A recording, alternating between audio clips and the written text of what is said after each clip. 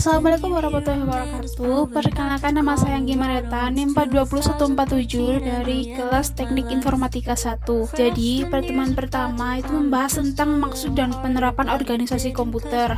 Pada saat itu, saya mencari referensi di jurnal yang berjudul Pengembangan Model Pembelajaran Jarak Jauh Berbasis Web yang bertujuan untuk membangun dan mengembangkan sebuah pembelajaran jarak jauh serta memanfaatkan media web sebagai sarana pembelajaran. Lalu pada pertemuan kedua yaitu meresum PDF tentang organisasi komputer. Tujuannya untuk memahami sifat dan karakteristik sistem komputer yang berkembang saat ini. Adanya penggunaan komputer, keuntungan penggunaan komputer, karakteristik utama komputer, software, aplikasi dan sistem, bagian utama komputer, serta ada orkum atau organisasi komputer yang bisa memberikan gambaran lebih dalam mengenai struktur fungsional dan interkoneksi logika antar unit-unit. Lalu pada pertemuan ketiga yaitu meresum CPU. Terdapat struktur CPU untuk mewujudkan fungsi dari operasi komputer secara keseluruhan. Lalu ada komponen CPU serta fungsi CPU menjalankan program-program yang disimpan dalam memori utama dengan cara mengambil instruksi-instruksi, lalu menguji instruksi dan mengeksekusinya. Terdapat dua fungsi CPU, input dan eksekusi. Pada eksekusi terdapat 4 aksi yaitu CPU memori, CPU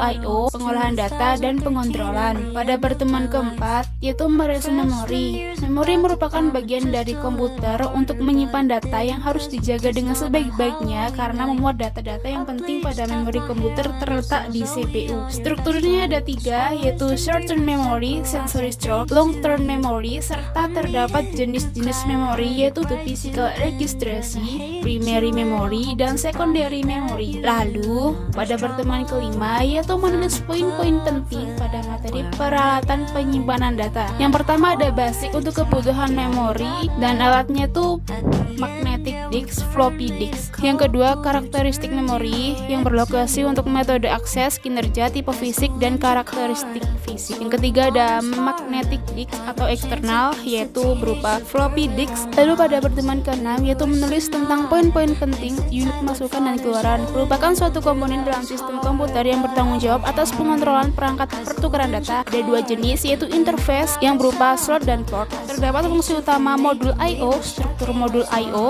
terprogram, interrupt driven I/O, direct memory access atau DMA, perangkat eksternal, klasifikasi perangkat X yaitu berupa human readable, machine readable, dan communication, serta ada klasifikasi berdasarkan arah data. Jika banyak terdapat kekurangan atau salah kata, saya mohon maaf karena masih belajar, dan sekian, terima kasih. Wassalamualaikum warahmatullahi wabarakatuh.